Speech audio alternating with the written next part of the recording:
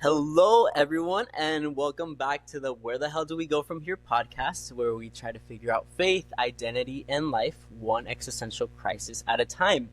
My name is Kevin, and today I have one of my favorite people in the whole wide world, Sierra, to talk to us a little bit about her experiences in the Seattle Pacific University's protests that they had a couple years ago. So, Sierra, can you just tell me a little bit about yourself, a little bit of, your experience at SPU and anything that you would want people to know? Yeah, for sure. Well, first of all, thanks for having me. I am so stoked to be here talking with you. Yep, as he said, my name is Sierra. I grew up in a Christian home. Um, I let's see, I went to Seattle Pacific starting in 2019, studying sociology and social justice and culture studies with an emphasis in pre-law, human rights, and policy, and a minor in theater. I graduated in 2023, so I was kind of there at the height of COVID through all of that, and then all of these protests that people in Seattle, a lot of people in Seattle know about because it kind of made like nationwide news at one point, and it was like a big deal for those of us there, especially those of us in the social justice community and in the queer community. It was like really, it honestly felt like we were going to war. Like it was a big thing. So I'm really excited to share that experience with you all. Like I said, I grew up in a Christian home. I know Kevin from working at a summer camp, so listening to that last episode was a lot of fun. Um, and that's kind of like how I really kind of made my faith my own and like really separate from my parents' faith when I was younger. Is I also went to a summer camp and ended up working there as well. And um, yeah, I met a different brand of Christian than those that I'd grown up with. I met Christians that were a lot more open, a lot more accepting, and a lot more yeah, just like embracing of me and all of my humanity and in all of my queerness and all of my brokenness. And they weren't like there to change me. They were just there to love me and care for me and like connect with me. And so I just really appreciated that. Yeah, so let's get into it. So I think it's valuable to be able to like highlight those stories of people who have experienced harm in like maybe more fundamentalist circles, and I think it's also important to highlight people who have found hope and who have found community that has been healthy and that has been life giving in other kinds of environments. So I think that's super valuable. So thank you for sharing that. And I guess for someone who doesn't know uh, what was happening at Seattle Pacific University, or like what Seattle Pacific University is, can you tell us a little bit of what the institution is, what it stands for, and what were the protests about? Yeah, for sure. Well, it's like a long, complicated history. It's a long, complicated story. So forgive me if I get any of the details wrong. Like I said, I was there kind of at the height of it. So this is like, what I've experienced, what I know about it. If you want to dig deeper into it, I'll mention this at the end too, but SPU underscore LGBTQ on Instagram is a platform that like has all the details on there, and they were rolling it out like as it was coming to light and as it was happening. So definitely check that out if you're interested. Um, but yeah, so basically, Seattle Pacific University is an ecumenical Christian university.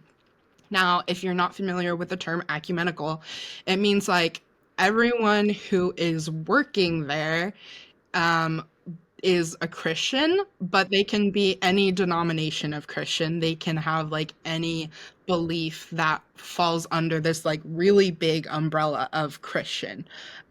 So whether you're Catholic even or like really liberal or really conservative, as long as you kind of believe the basics, like God, there is a God. God created the world.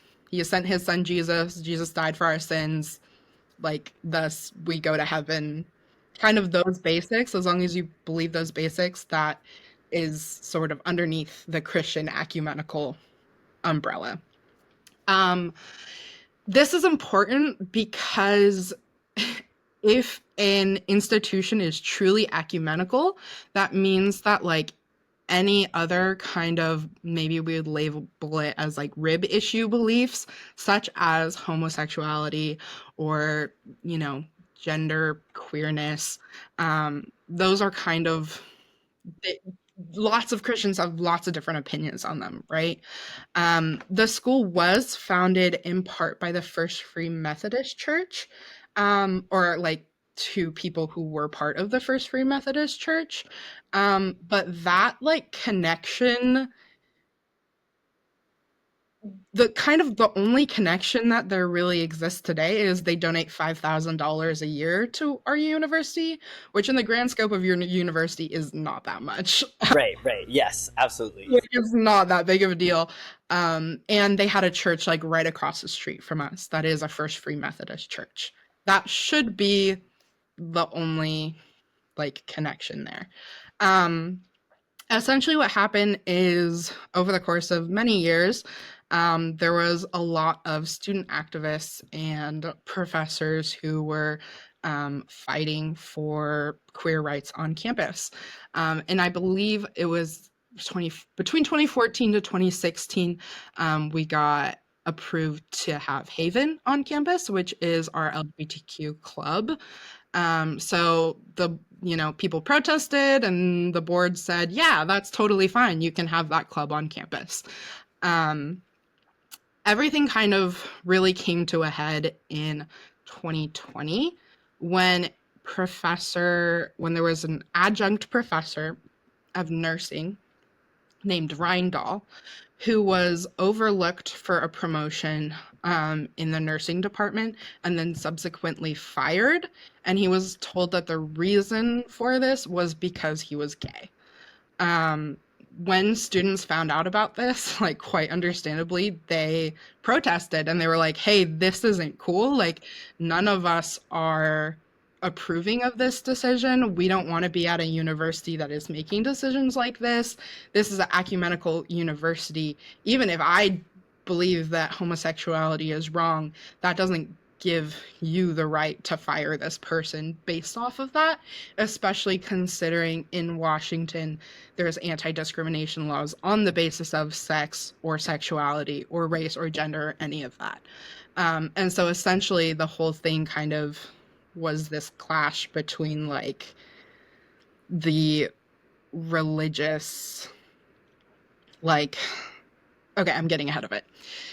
So Rhino, that's what happened with Rhino. So there was all these protests. This was in 2020. And eventually the board said, okay, we understand, like, you're not happy about this decision. How about we make this group of like professors and staff and people, and they're going to look at all of the policies, all the bylaws of SPU.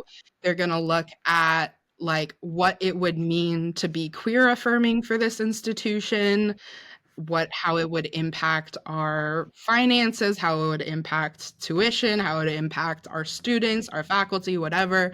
We're going to do that work for a year. And at the end of that year, depending on what that group says, then we'll make a decision about our stance moving forward. Students were like, that doesn't sound great, but okay, we agree to this process, right? Um, it should also be mentioned that the SPU kind of advertising byline for the past like 10 years or so has been engage the culture, change the world. This is a Christian institution and it's like right in the suburb of Seattle. And so with that kind of messaging, with the kind of emphasis on like DEI inclusion programs like diversity, um, the face of SBU, the like average student of SBU changed a lot in the past decade from like white conservative evangelical students mostly to like a pretty diverse group of students who are of color, students who are queer, students who are wanting to like live in a more liberal city, etc., etc., and professors and staff and faculty who likewise are more diverse. That is something that up until the protests in 2020, the board of like not directors, the board of what's it called? The board of trustees did not we're not like in touch with whatsoever because this board is like loosely associated with SPU, and actually a majority of them don't even live in Seattle. They like live across the US and like are allowed to make decisions about our institution because their kid went there in the 80s. Like it's Got it. really weird, like a really weird setup, which none of us really realized until all of these issues kind of started boiling up. So this board of trustees was like really shocked in 2020 when there were all these protests and all this uproar about Professor Reindahl getting fired because they're like, whoa, whoa, whoa, whoa, whoa, we were not expecting this. And everyone there was like, we are here, we are queer, we are liberal, we are Christian, please stop doing this Yeah, stuff. yeah, yeah, absolutely. Yeah. Okay, so fast forward. I'm sorry, this is a No, long.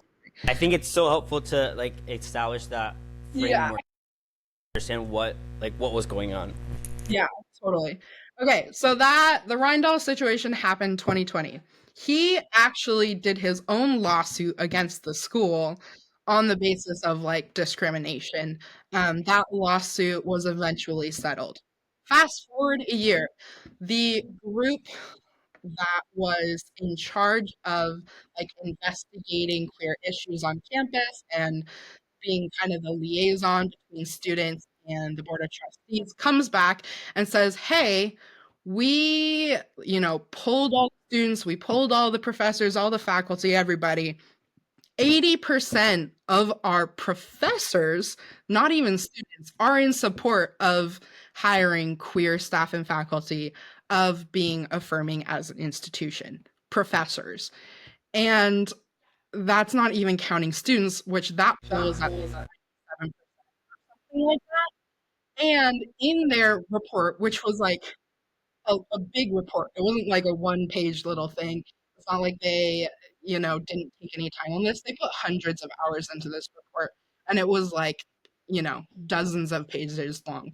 In this report, it also went into the financial implications of what would happen if the university turned around and said, actually, no, we're going to stick to our old, standard and reinforce it and make it clear across the board, which again, going back, like there were differences in the handbook. There were differences in policy. It wasn't clear whether this university was affirming or not affirming at all whatsoever.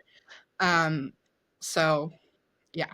So they said basically, if you choose not to affirm queer students and faculty here, not to accept these people, then you're looking at like financial collapse and ruin and like really low Wow. student numbers. Like, no one is in support of this decision.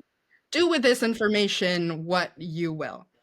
We've come to find out that the Board of Trustees was actually never open to being affirming, and essentially put that whole study group, like focus group, research group, through the ringer for no reason because they had no intention of cooperating whatsoever. Um, Wow. yeah, it was like a hot mess. It was like really, really bad.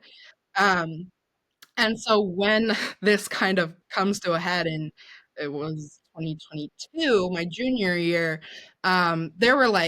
there were protests, and we did this sit-in that lasted, I don't remember what our like total number of hours was. It was like over 170 hours that there were Holy students crap. sitting in the office and classroom building. Um, like there were students there 24/7. We were sleeping in that hallway, we were eating in that hallway, we were doing talent shows in that hallway, we were doing like what's it called, presentation nights in that hallway. Like there was hundreds of students in that hallway for like over 2 weeks, and professors as well. So that's kind of like what I'm talking about when I talk about the like SPU queer protest that I was a part of. It's like that sit-in, and a lawsuit that students and faculty put against the board of trustees for yeah, for basically like going against these rights, and then also just overstepping their like jurisdiction essentially, because all of the professors and faculty signed a vote of no confidence in them after that decision.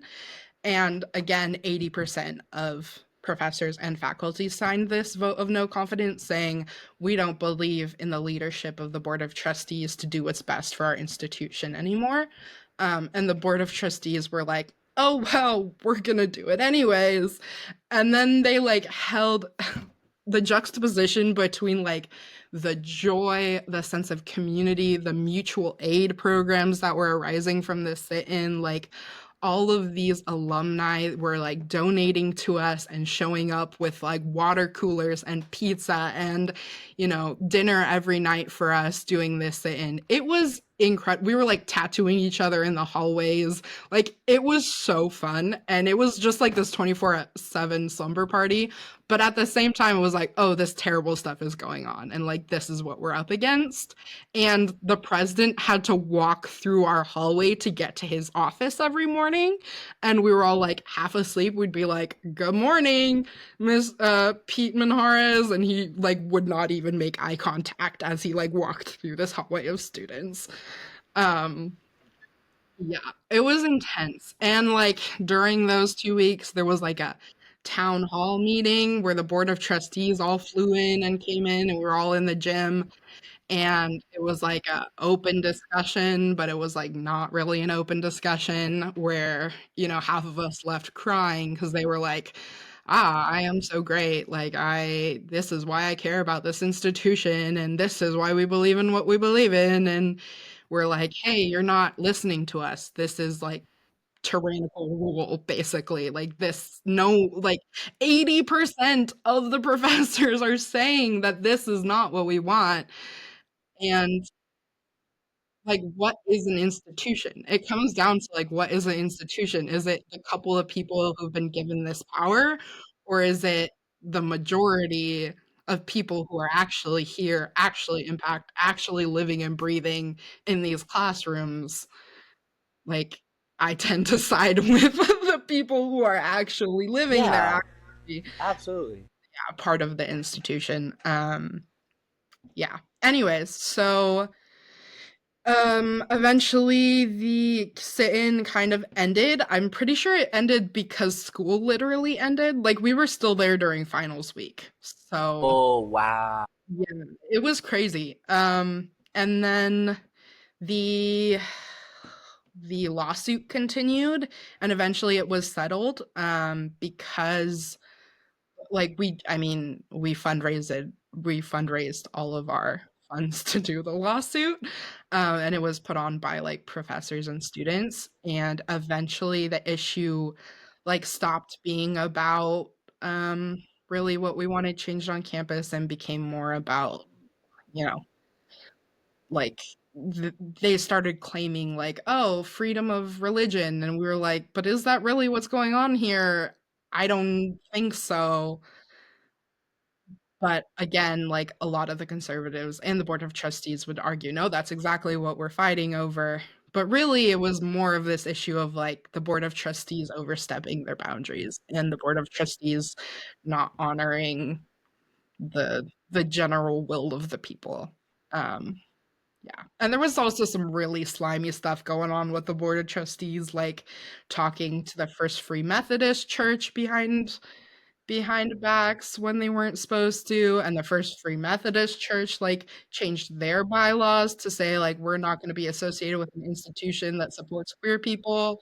So, and they did that like right before a meeting that we were having at SPU. So it was just like this whole big mess. Um but yeah, this fight is goes on, and the culmination of all of those efforts is that SPU is in shambles. Like, Really? SPU faculty had to get cut by 40%. They don't even have a history department anymore. They like had to sell off property. Like, they're not at capacity with students whatsoever. They had to shut 2 dorms. I went back a year later and the place is literally falling apart. Like, they can't fix the roof and they can't turn on the soda machine because they don't have the money to do so, because so many students decided, I don't want to be a part of an institution like this. And so many like people who were supporting them financially were like, I don't want to support them financially after this. Um, so yeah, it's Wow. really sad. It's really heartbreaking to pour so much into a place and to love it so much, and to be so excited to go there as like an 18-year-old, and then and have this like big long legacy too, and then it to kind of like result in this over something that could have been avoided. Yeah. Yeah. Wow. Wow. Wow. Wow. So right now, well, two questions, I guess. Is that professor still working at Seattle No, Pacific? Okay. no, he's not. Okay. And is it still, did they find, right now, would they consider themselves queer affirming or no? No, not at all. Wow. Yeah, So they, a lot okay. of professors, like, in the professor offices had up, like, queer supporting, like, messages in the windows and stuff like that, and they actually, like, put forth a memo to all the professors and faculty saying, like, they couldn't have any pride flags, they couldn't show any support to the students, um, and so, like, in that way, they were actually, like, breaking freedom of speech, like, Yeah. law. Wow. Wow. That Wow. was Wow. another big thing where students were like, "This is just not, this is tyrannical." Like, this is Mm-hmm. look tyrannical. Yeah, it was just it was crazy. Why do you think this was such a big thing? Like, why don't you, why couldn't the institution just be like, okay, yeah, no, you're right, we're wrong, let's give this guy, his job, let's affirm queer people, let's actually make this an ecumenical, as you said, institution. Why do you think this was such a big issue that they were willing to fight tooth and nail for? Yeah. Well, they changed their messaging moving forward. It's now faith for the future. Um, and I think that really kind of encapsulates like the core issue where it's like engage the culture, change the world versus faith for the future. In one, it's active and you're responding. In the second, you're pushing your thing forward, regardless of who gets mowed down in the process. So to this board of trustees, I think what it was is this like this fight for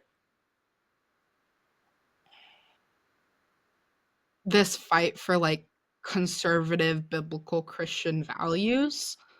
Um, and that like if they were to accept queer people, it would be like accepting defeat in some way, or like compromising their beliefs in some way, or saying that actually this isn't a Christian institution anymore in some way.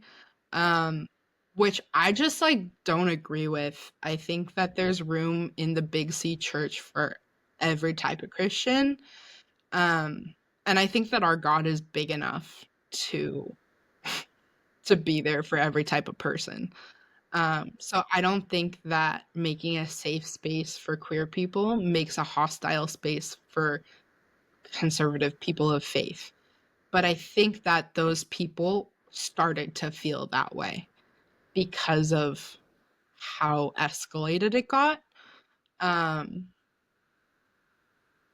yeah, yeah. I don't know if that answers your question. Yeah, no, it definitely does. It sounds like if anything, this situation showed maybe true colors, if you will, of like the board of trustees, or what they actually meant by engage the culture, change the world.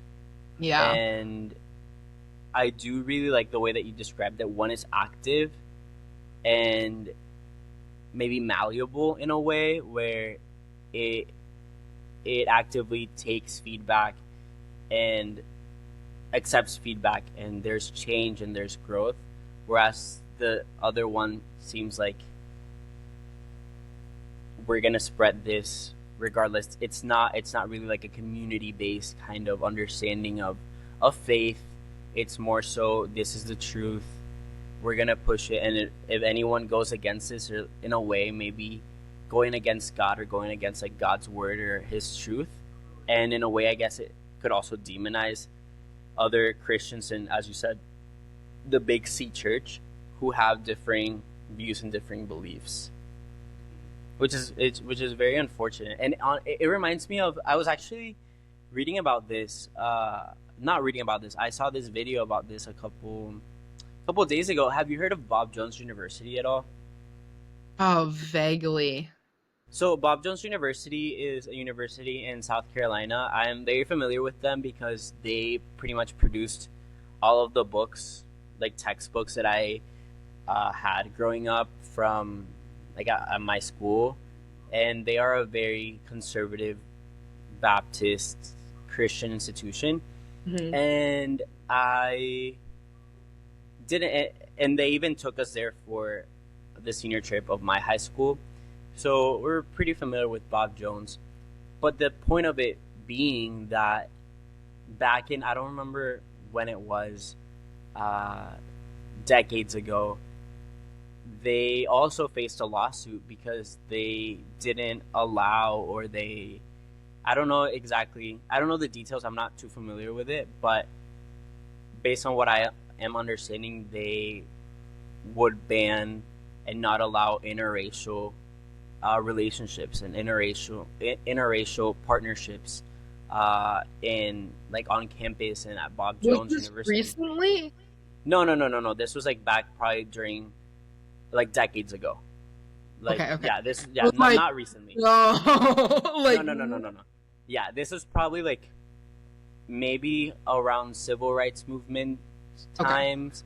Yeah, So like and early 70s, late 60s. I think so. I could be wrong, but I think it's something like that. And they uh, didn't they didn't want to change their beliefs, and they were also use that same messaging that you were talking about, freedom of religion. And I think that brings a very interesting point of where does freedom of religion end, and where does uh you know yeah, it's like what point is something freedom of religion, like what can you, Totally. how abusive can something be and how harmful can something be until it like no longer becomes just like a uh you know freedom of religion kind of mentality. And they fought to continue that ban until I think IRS came in, and if they were to continue that ban, they would have no longer been tax exempt. And I don't know the issues with that, but eventually then they ended up changing that rule and that ban. But the point of it is that I think it shows two things. One, that it seems that institutions give way and are more flexible when their finances are at stake. And two, that freedom of religion has historically been used and is still used to oppress marginalized people and oppress groups of people. And I think that's a very, it's a very tough line to walk between For what should we respect, what is actual freedom of religion, and what is actual like oppression disguised and allowed because of religion, you know? Yeah, totally. Totally. And honestly, like I feel like I'm still like trying to figure out that line sometimes because it is like complicated, right? Like Mm-hmm. I feel like a church should be able to be like, "Oh, you don't believe in our core values, therefore I'm afraid we cannot hire you as a pastor here. Like that seems reasonable. Sure. Um, but for like any school, any like nonprofit, any you know, any organization, if they just claim to be Christian, claim to be Jewish, claim to be whatever, should they be able to choose whoever on whatever basis they want? I don't think so. Yeah, it just Right. hasn't seemed to make much sense. And I also think like the Bible, one of my favorite verses, I like wrote it on a sign when I was protesting at a different thing, is like seek justice, correct oppression. So I feel like when you're in the middle of a situation, you can see really clearly like who is being oppressed here, who is like seeking justice, and who is on the side of the oppressor, right? If like 10 Mm, people in power are wanting one thing one way, but the majority of hundreds of other people are saying no, then I don't even really care what those 10 people want, whether right. whether I like agree with them or not, it's still oppressive. Um It's so giving oligarchy. yeah, no, literally, like it really is. So yeah. And I it's interesting because, sorry, no, you can finish. Yeah, the whole SPU protest just really like I'm like, "Oh, this is what oligarchy looks like. This is what tyranny looks like. This is what oppression looks like. It's when one small group gets to say something just because they want to, and it impacts everyone else." Yeah. Right. Absolutely. And I think one of the main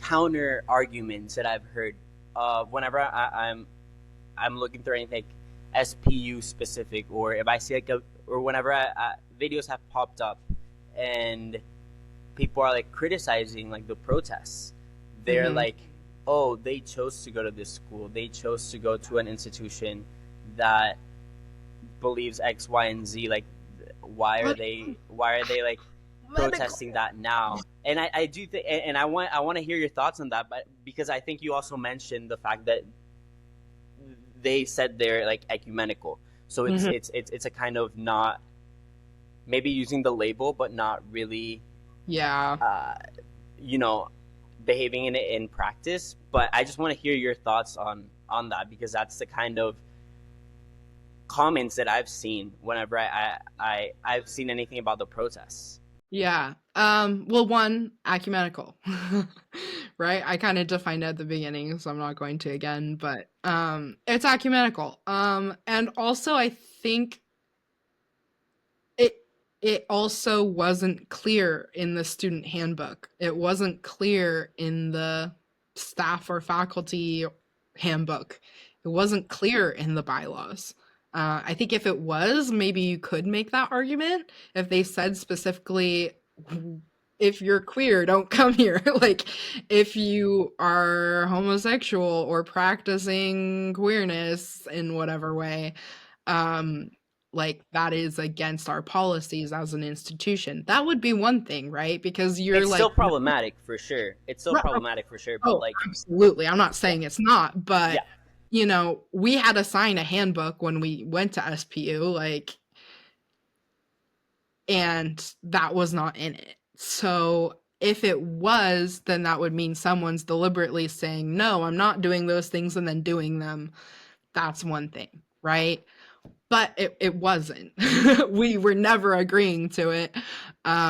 And so if you're not agreeing to something and you're seeing that that thing is being perpetuated culturally on campus anyways, and then not just culturally, but they're actually firing someone over it, then I think you have a right to stand up and say, "Hey, we didn't agree to this. Like, we're not okay with this. You need to change it." And everyone's on the same page about it. I also think that like the majority that make up the institution, they get to choose what that institution is. They get to choose how it changes. They get to choose how it grows. They get to choose how it develops, right? engage Because the culture, engage the engage culture. the culture, right? Because yeah, a school is not a building. A school is the people who are learning there, the people who are teaching there. So yeah, I think that the we should be able to have the authority to decide how that university continues. And in a lot of ways we did. Right, we made our stand, and the result of that, like we said it would, is that, SP's future is, there's a big question mark there. A lot of us who graduated in 2023, we didn't know if the university that we're putting on our applications would exist, like, going forward. It might not in 10 years. I hope it does. I hope that it, turns around and kind of gets its feet under itself and changes and kind of returns to the culture that we had for a while there. That was like, just, yeah, I don't know. My first year before COVID, and like when I visited my senior year of high school, it was a place of just like joy and potential and acceptance and inclusion, um, and excitement. And it was just like a really special place to be. Um, but yeah, I think that all changed pretty quickly when we really reconciled with our leaders and held them accountable for their actions. Yeah. Well, first of all, I want to say like thank you for taking that stand and being courageous and speaking up, not just for yourself but for a community, and not just for a community at SPU, but communities all around the United States and the world that saw that and were probably inspired. And Dude, it's so big actually. Like, we got into our local news, and then like multiple other universities had like really similar things happen, kind of as a direct result of some of our actions. And that was like really, really cool to see. REAP LGBTQ is a organization that fights in Christian institutions to support students and bring about this change. So yeah, it's really cool.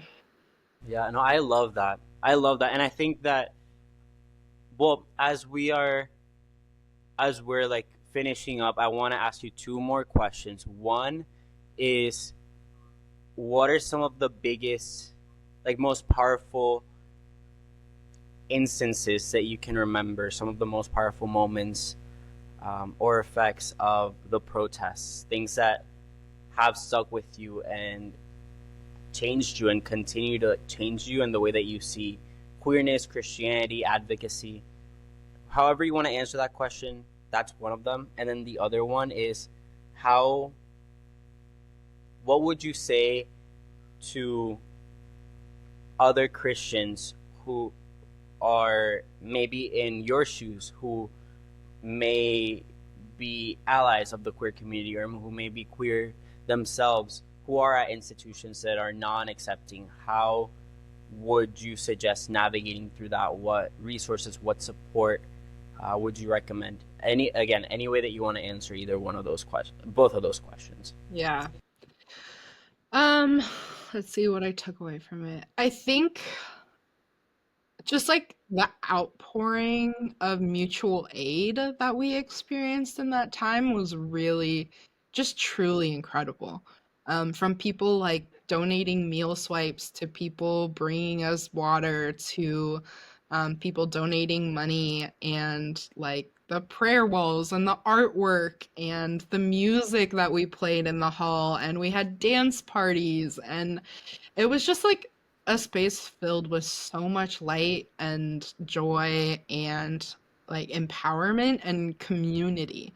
Um, I think that was just really, really beautiful. And I think everyone who was there could really like feel that sense of community and kind of mutuality that we didn't experience through the pandemic. And like, I've never really like, I don't know that I've felt something that concentrated community action Right, before. right. And that was just like really incredible and really made me believe in the power of grassroots organizing. Um, Yeah, it was just really incredible and impactful. I think also a moment that I'm thinking of is like we did this thing called lavender graduation, which is essentially a graduation ceremony in the quad for queer kids. And you got up and you like said your major and your if you wanted to share your sexuality or gender orientation or maybe your real name, because on your graduation day your name that you've chosen isn't going to be said or whatever. And we all like clapped and got to celebrate with you, and we had a whole bunch of professors that would shake your hand. And so that ceremony was really beautiful. And we actually had a local female minister like pray over all of us and commission us and send us as we are. And so that was just also really, really sweet and really beautiful. Um, yeah. I think, what was the other question? What would you say to maybe other Right. Christians who are in institutions that might not be accepting or are navigating through situations similar to what you navigated through?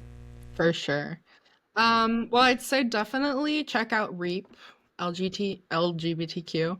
Um, they do a lot of like peer support counseling for student activists who want to start movements on their campus or want to share stories of what they've been experiencing. They have a really good like library of resources for sure. But then I think in like a more personal way, I think that the only way to change culture or to change institutions is by people who are there standing up and being the voice of change, um, kindly, but with some backbone. I think that if we all stayed in our lane and were too afraid to stand up and speak up and, you know, invite people to dinner and have these conversations and invite people to go on a walk with you and talk about these things, then we wouldn't have any civil rights movement. We wouldn't have any like human bill of rights. We wouldn't have, any of these things that are really important. So I'd say, when just be brave, like be brave and be kind. And it can be exhausting, but choose to engage and choose to have those conversations, because the enemy of progress isn't people going back. It's people who are apathetic. Wow. um I'm really paraphrasing. There's a really good quote to that to that sentiment. But yeah, the enemy of progress, it's not, bigots. It's people who are apathetic and people who know what's right and know what's true and choose to do nothing. Um or are scared to do nothing, or are too exhausted, or whatever. You could fill in whatever reason you have, and they're valid reasons. But it's really easy to stop caring, with so much hitting us all the time. But it's really important to continue caring.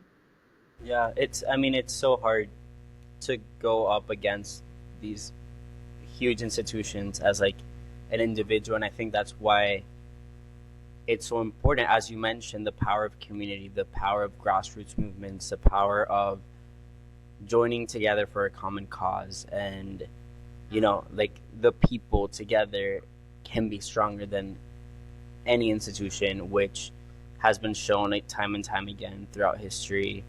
And yeah, and I think it's just I'm so proud of you, and I love you so much. Like, I've known you for years at this point, and it's so beautiful to see both how you've changed and grown in the last couple of years, but also how you've genuinely just stayed the same. Like, I feel like the Sierra that you are now, although you've grown and you've matured, is in Yeah. essence the same Sierra that I met years ago. And I think that speaks a lot to your character and your genuineness and your authenticity. And I'm just very grateful for you, and I love you so much. And yeah, I'm very happy that you came and like talked about your experience and all of that, because I think it's very very valuable, and I know that it was very valuable for me, um, especially because I remember seeing like all of these things when you were doing them, and at that point I was still like I wasn't out yet, and it You're was yeah, I was still like wait, like I don't know how I feel about this, because like yeah, I still hadn't come to terms with like my sexuality, and was I I guess I was scared, and I was just I didn't know how to deal with it. So I think you were kind of like pioneer in that area, and I owe a lot of the way that I have been able to grow to you. So I'm just very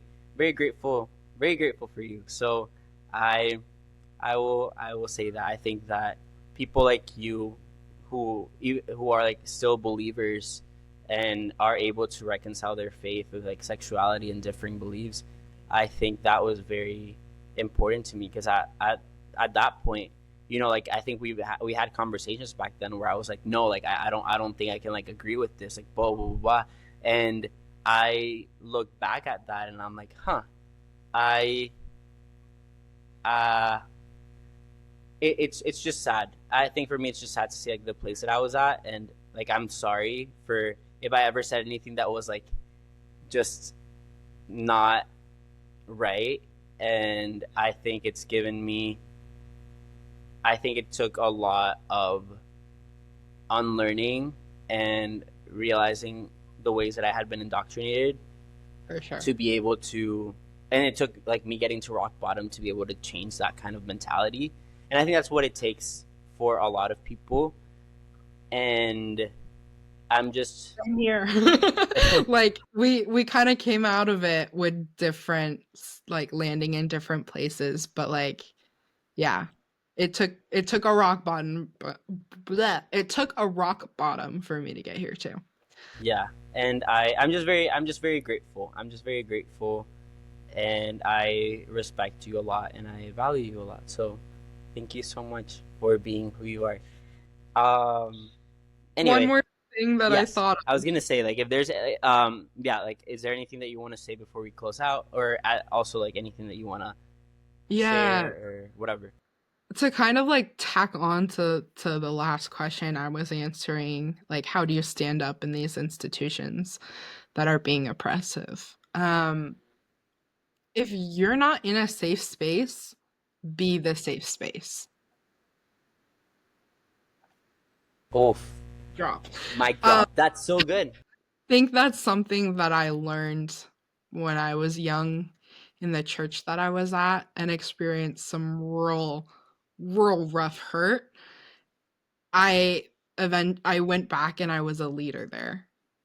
And I didn't do it because I was being cared for. I did it so that other kids would have someone to care for them. Um, yeah. So if you're not in a safe space, be the safe space, make the safe space. Let yourself be the safe space for the kids just like you, for the people just like you who aren't getting it. That's so good. Ah, that's so good. That's so good. Oh my goodness. I don't know if there's like any better way to end than that. Is there anything that you want to say?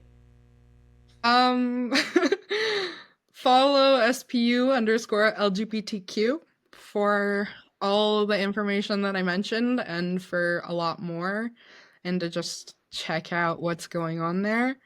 I think it's still active. They're updating it every once in a while, but it's also like cool as an archival record of everything we did and everything we went through. So, yeah, I love that. Well, thank you, Sierra. And what is it? If you're not in a safe space, be the safe it's space. safe. Love that. All right.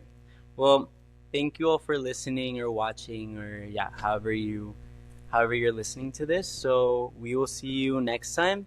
And yeah, thank you so much. Bye.